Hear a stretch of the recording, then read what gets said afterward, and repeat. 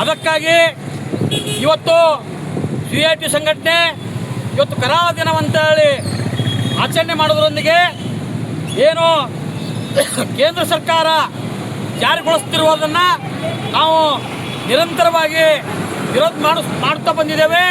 ಇನ್ನು ಮುಂದಾದರೂ ಕೂಡ ವಿರೋಧ ಮಾಡ್ತೇವೆ.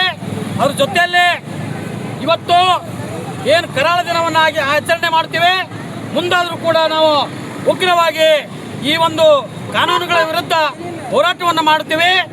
ಯಾಕಪ್ಪ ಅಂತಂದರೆ ಇನ್ನು ಮುಂದೆ ಏನು ಕಾರ್ಮಿಕರು ದುಡಿಯುವ ಸಮಯವನ್ನು 8 ಗಂಟೆ ಇತ್ತು, 8 ಗಂಟೆ ಹೋಗಿ ಈಗ 12 ಗಂಟೆ ಮಾಡಿದ್ದಾರೆ. ಅದು ಅಲ್ಲದೆ ಯಾವುದೇ ವೇತನ ಕೂಡ ಕನಿಷ್ಠ ಕೂಲಿಯನ್ನು 175 ರೂಪಾಯಿ 78 ರೂಪಾಯಿ ಕೊಡಬೇಕು ಅಂತೇಳಿ ಕನಿಷ್ಠ ಕೂಲಿಯನ್ನು ಜಾರಿ ಮಾಡಿದ್ದಾರೆ. ಮತ್ತು ಇನ್ನು ಅನೇಕ ಕಾರ್ಮಿಕ ವಿರೋಧ ನೀತಿಗಳನ್ನು ಇವತ್ತು ಕಾರ್ಮಿಕರ ಮೇಲೆ ಹೇರುವುದರ ಜೊತೆಯಲ್ಲಿ ಇವತ್ತು ಕಾನೂನಾಗಿ ಇವತ್ತು ಜಾರಿ ಬರ್ತಾ ಇದೆ.